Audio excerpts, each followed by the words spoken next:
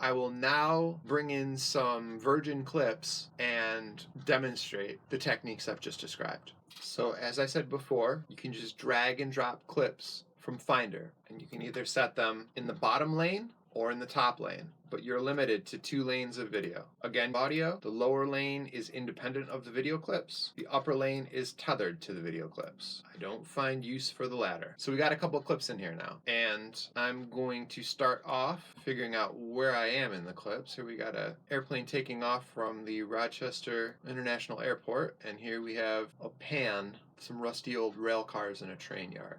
We'll make use of a transition. How about cross zoom? This is kind of fancy. When that plane reaches the top of the frame, we'll cross zoom into the train yard. And then let's stop here, right click on the clip, split it, and we'll duplicate this airplane footage by holding Alt and dragging the clip. Place it between these 2 split sections of our train yard. Let's go up to speed, reverse the direction of the clip, and now let's duplicate this first half of the train yard clip, place it above, zoom in with our scaling here, line it up so the clips are perfectly in time, and now we won't notice. We shouldn't notice. What did I do wrong there? Oh, you know what I did wrong? I forgot that there's an effect here, a transition. So when I duplicate the clip and place it up top, I don't need to line it up from the front, but rather from the back.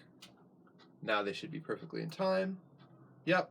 And using my handles, I'll bring this clip out over the top of the plane and then add a fade there, so we'll get the transition from the train yard to the airport as a customizable cross dissolve that only happens to one clip as opposed to both clips fading to translucency together. And then we'll do the same thing on the other side. Let's give it a run. We've got our plane here taking off from the airport, and when it reaches the top of the frame, we're going to cross zoom to the train yard, and then we're panning across the trains.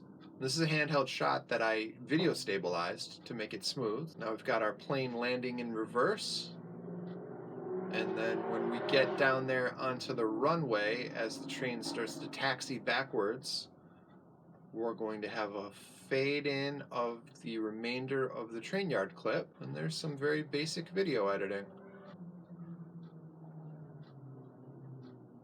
Thanks for watching.